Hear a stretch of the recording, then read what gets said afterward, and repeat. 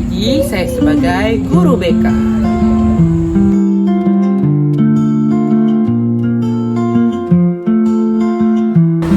Assalamualaikum warahmatullahi wabarakatuh. Waalaikumsalam warahmatullahi wabarakatuh. Selamat pagi. Pagi, Pak. Alhamdulillah ya teman-teman bisa hadir di pertemuan konseling kelompok kita pada pagi hari ini.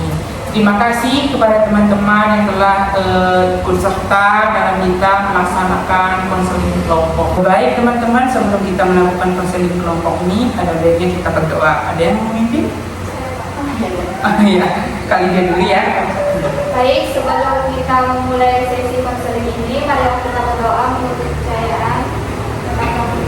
Berdoa mulai.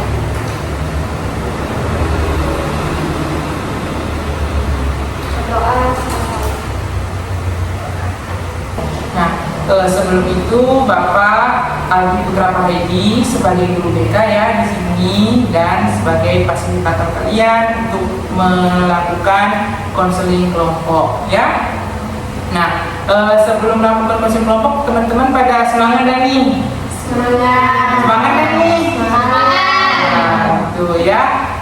Nah, baik, sebelum itu Bapak boleh kenalan dulu sama teman-teman? Boleh. Mungkin teman-teman sudah saling kenal atau belum? Udah. Ada yang belum. Nah, Bapak belum. Dari kakak ini dulu. Iya. Perkenalkan, nama saya Marwa, saya dari kampus Hulu. Kampus Hulu. Iya. Oh, iya. Perkenalkan, nama saya Lydia Muhammadi, saya dari Kayong Utara. Kayong Utara. Ya, perkenalkan nama saya Bang Erik, saya dari Bandung. Bandung. Ya. Perkenalkan, saya Rita Laksmi Devi, saya dari kampus Hulu. Dari kampus Hulu. Perkenalkan, nama saya Novera Rahayu, saya dari Banjarmasin. Banjarmasin. Oh, jauh ya. Nah, ada Bandung, Banjarmasin. Nah, jadi teman-teman, karena kita berjauhan, tapi Bapak harap di sini kita itu saling kenal dan teman-teman juga sudah saling kenal ya. Dan di sini tuh kita terbuka gitu ya. Jadi di sini kita boleh membicarakan hal-hal apa saja nih yang menjadi permasalahan teman-teman semua. Nah, sebelum itu Bapak mau ice breaking dulu boleh? Boleh. Nah, ice breakingnya yaitu tepuk semangat. Ada yang tahu? Tidak. Tepuk semangat itu, jadi kalau misalnya Bapak bilang tepuk semangat, semangat, semangat, boleh? Boleh. Oke, kita mulai ya. Tepuk semangat, Semangat. semangat. Jadi di sini kita semangat, semangat. Nah, semangat.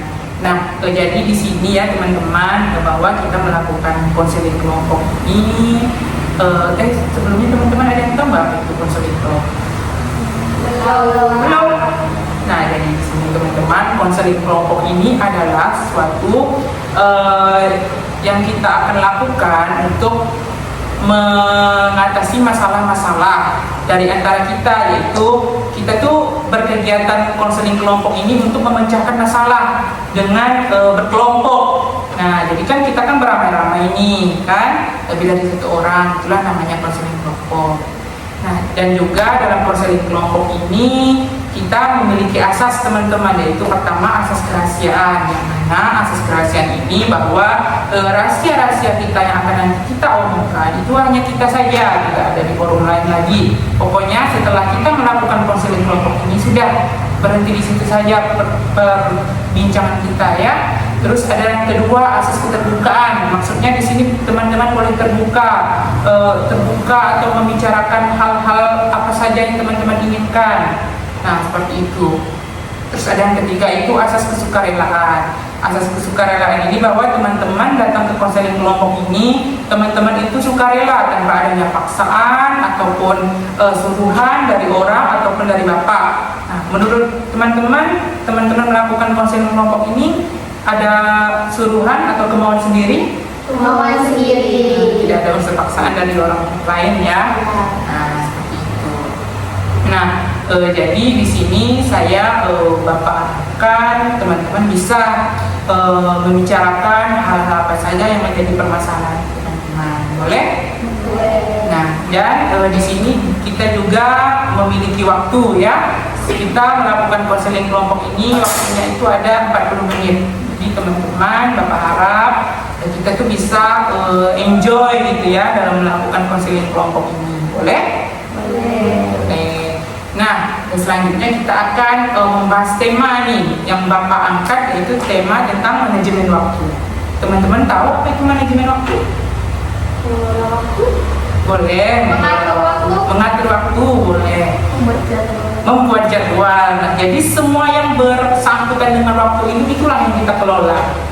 Nah, jadi dengan adanya kelola waktu ini kita tuh bisa gitu untuk meningkatkan efektivitas waktu yang kita inginkan, kan?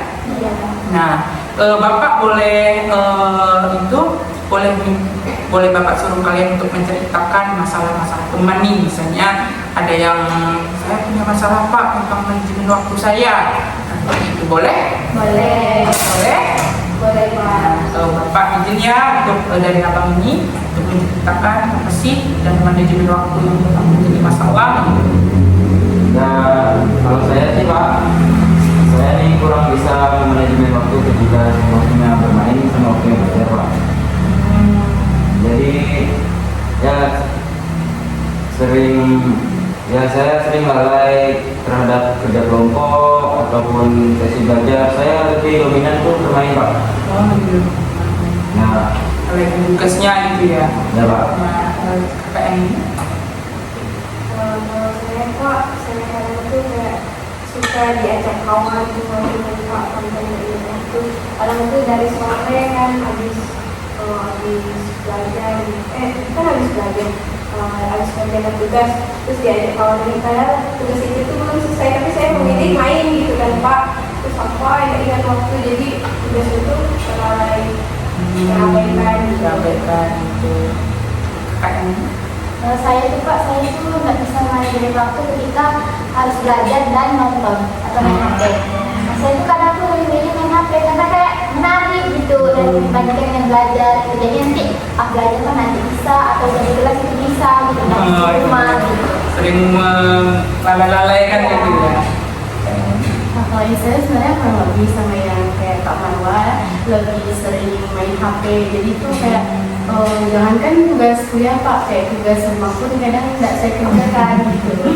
Iya, kadang itu juga. KPM ini. Kalau saya Pak kurang lebih masalahnya sama kayak Kak Rida kan. Saya suka manajemen waktu antara kayak belajar,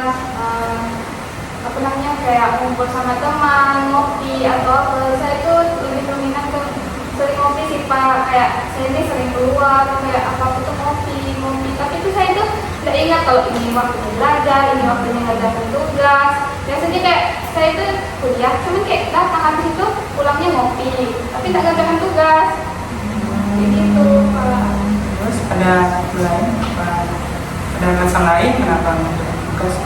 Kan biasanya saya kan diajak teman saya Pak kalau ngopi atau keluar. Saya itu kayak nggak enak kalau saya itu nggak ikut, takut kayak saya ini yang diomongkan atau gimana.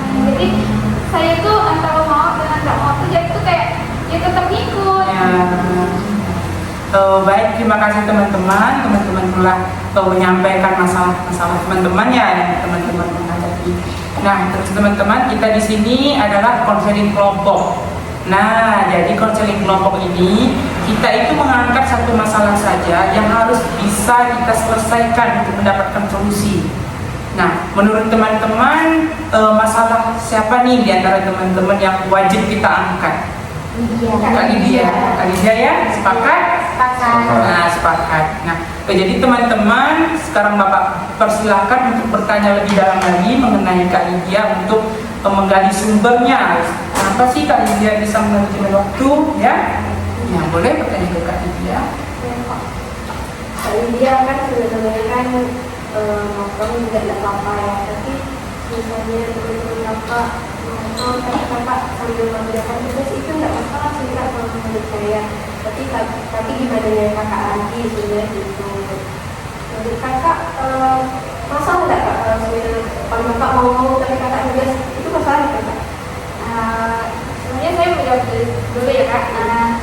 Sebenarnya bisa sih Kak kalau kayak gitu, cuman kayak dia tak fokus ya. Misalnya kayak kawan saya ini ngomong, pasti dia tuh kayak sering tanya saya ini gimana ya gini. Dia tuh kayak walaupun saya mau mengerjakan tugas tuh tak bakalan bisa.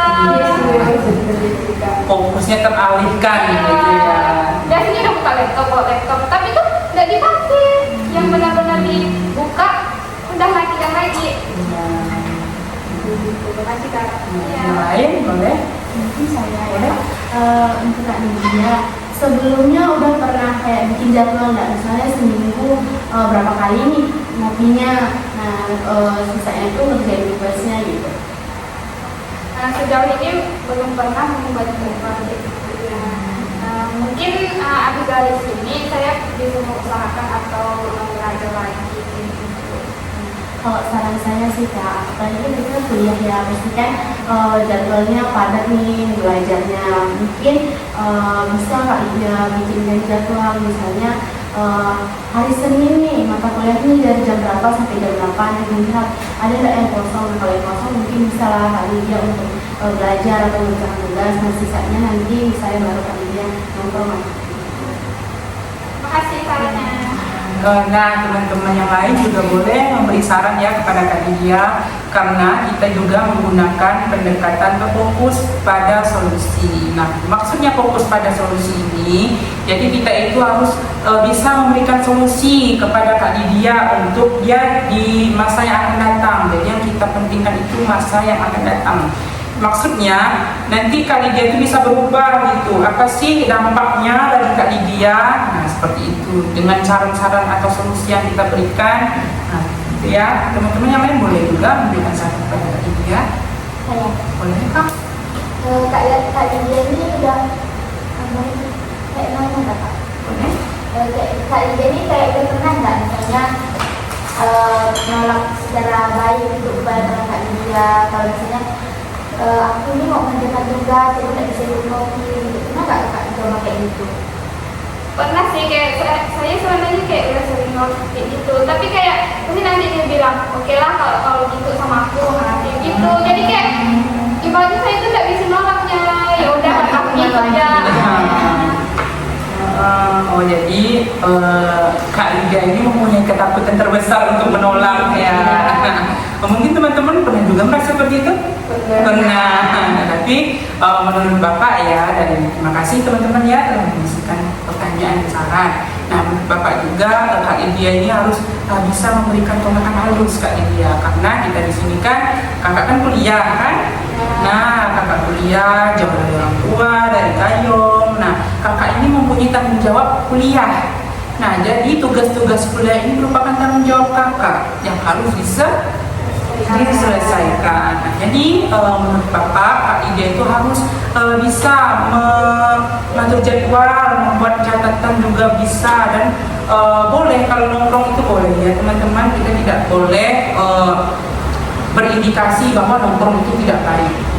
Nah nongkrong itu baik tapi jangan berlebihan. Nah seperti itu. Jadi Bapak harapkan pada Kak Lydia itu bisa mengatur waktunya gitu. Kalau misalnya nongkrong, kalau sambil nugas pun boleh sambil nugas. Tapi itu jangan sampai tugas yang dilalaikan, tugas yang dikesampingkan. Nah seperti itu. Nah tadi Bapak juga kayak menurut Bapak Kak Lydia ini kayak ketakutan gitu. Kenapa sih dengan kawannya takut nggak ditemanin? Ya kan biasanya saya tuh kalau misalnya kayak lagi dulu misalnya kalau pasti saya kayak kiranya itu ke mereka. Jadi kayak misalnya saya kalau dari mereka tuh kan takutnya mereka tuh jauhin saya. Jadi saya tuh kayak nggak punya teman curhat, nggak punya, saya tuh nggak bisa terbuka sama yang lain lagi. Ya, jadi itu ya alasan yang paling menurut Kak Lydia itu kayak apa harus temannya gitu kan, teman yang beda rahasia. Nah seperti itu. Nah saran dari teman-teman yang lain boleh? Saya kok dari saya Kak Lydia mungkin nanti Bapak memikirkan lagi, mungkin nggak selamanya kita kawan gitu ya. Kita juga punya tujuan di sini gitu kan, kita jauh-jauh datangnya dengan kata-kata Bapak tadi. Kita harus mengutamakan ilmu apa yang sudah dipercayakan orang tua kita kepada kita gitu. Jadi kawan-kawan nongkrong nggak apa sih, tapi hentikan dulu apa yang memang harus diselesaikan gitu. Baik, terima kasih Kak Linda. Yang lain Ya, boleh Kak? mungkin Kak Lydia bisa mencoba ya memberikan pengertian kepada temannya bahwa kakak ini punya tugas. Kayak misalnya kalau nongkrong tuh kayak dari sini jaga tugas, atau kalau memang mau nongkrong tuh kita sama-sama aja kerjakan tugas di mana gitu, coba dulu. Ya, Makasih. terima kasih ya teman-teman. Nah, di sini Bapak menyimpulkan ya dari teman-teman tadi.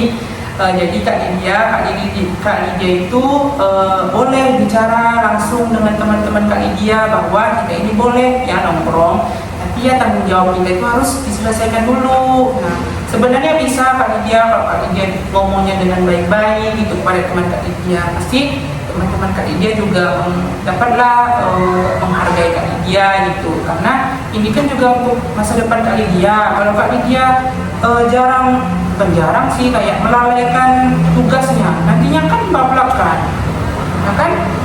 Nah, seperti itu ya. Nah, jadi dengan pertanyaan dan saran-saran solusi dari teman-teman, apa sih yang Kak Lydia dapat dari pertemuan kita kali ini? Baik, terima kasih kepada Bapak dan teman-teman yang sudah memberikan saran kepada saya. Mungkin kedepannya saya lebih bisa berpikir lagi bahwa saya tuh harus memprioritaskan yang pertama itu kayak ngerjain tugas. Saya boleh nongkrong, tapi tuh kayak bisa lah sambil ngerjain tugas, saya bisa ngajak teman-teman saya ngerjain tugas, atau lebih kayak yang paling utama tuh kayak ngerjain tugas dulu, nongkrong. Nah, ya, Lydia. Nah, ini juga berlaku ya teman-teman untuk kita semua, bahkan Bapak juga, bahwa kita itu memiliki tanggung jawab, yaitu tugas. Bahkan Bapak pun ada tugas teman-temannya, karena tanggung jawab itu yang harus kita selesaikan terlebih dahulu. Jika terlalu dilalaikan, nanti bakal menumpuk ke kita juga yang bakal susah. Nah, terima kasih ya Kak Lydia karena telah mau membicarakan permasalahannya, dan teman-teman telah memberikan solusi dan saran kepada Kak Lydia.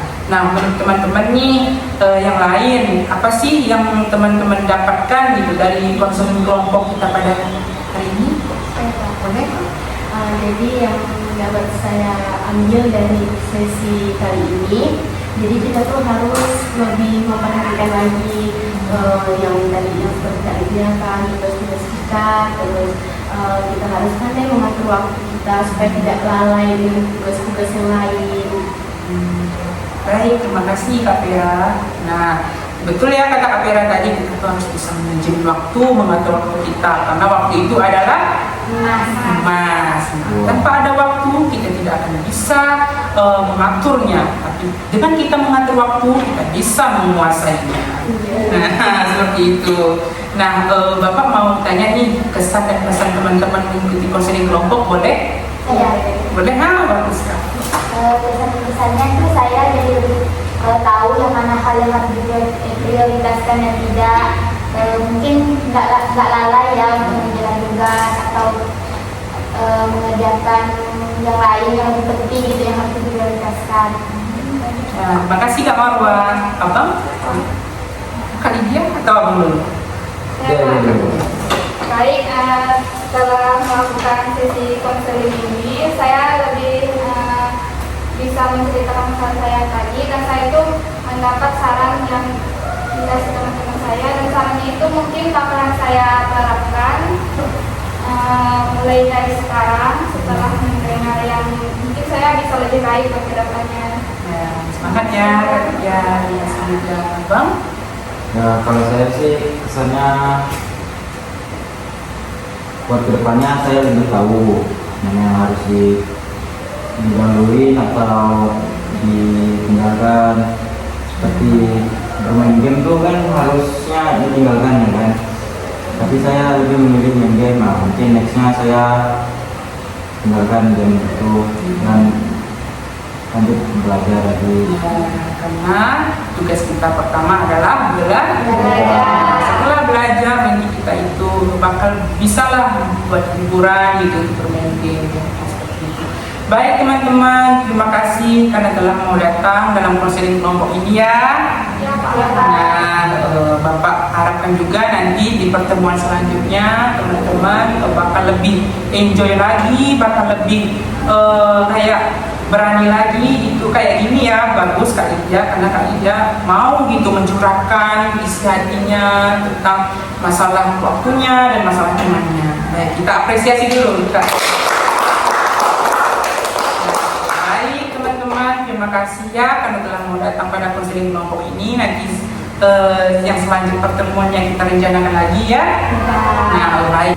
Baik teman-teman, sebelum kita tutup sesi konseling kelompok kita ini, pada baiknya kita harus melakukan doa dulu, boleh? Boleh. Pada Kak Tera tadi ya, kita boleh Kak berdoa. Baik, sebelum mengakhiri sesi konseling ini, marilah kita berdoa menurut agama dan kepercayaan kita masing-masing. Berdoa.